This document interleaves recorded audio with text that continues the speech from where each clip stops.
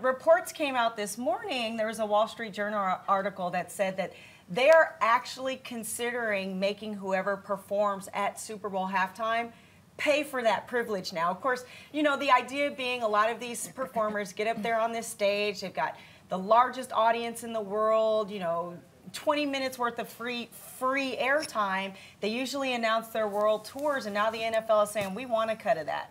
Well, they certainly have enough money to pay for it. But it's so crazy because when you get a big headlining act, when you get Beyonce doing your halftime show, your ratings go through the ceiling. And so then you're able to charge the astronomical prices that you're able to charge for advertising. So NFL, seriously? $4 million for a 30-second commercial. Because we're familiar with this, tickets for the Super Bowl, the cheap tickets can go for as much as $3,000 a ticket. And we're talking nosebleed section 700, you know, because you're way up there at the top. Really now making performers pay, it just makes the NFL look greedy, and they already look greedy. You know, their tickets to a regular game are so expensive that the average family can't afford to take their kids. Who's benefiting more? Who's benefiting more? Would it be the artist that's performing, or would it be the NFL? The NFL, I think the NFL benefits. Currently, the way that it is, I think the NFL benefits more because, like I said, when you get a big act in, your ratings. It's all based on ratings, right? We know that in TV.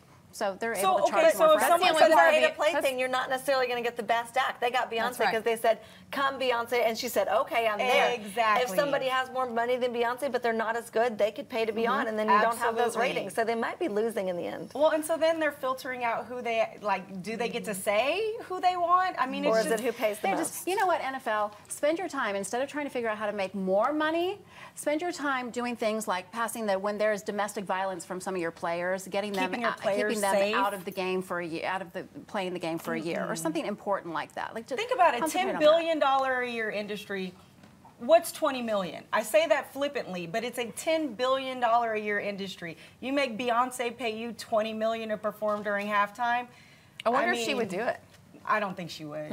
That's Queen Bee. Let's just say Beyonce is worth more than the NFL. You know. And like I said, it'll be interesting to see what happens if the artists kind of say, well, fine, we're not going to perform.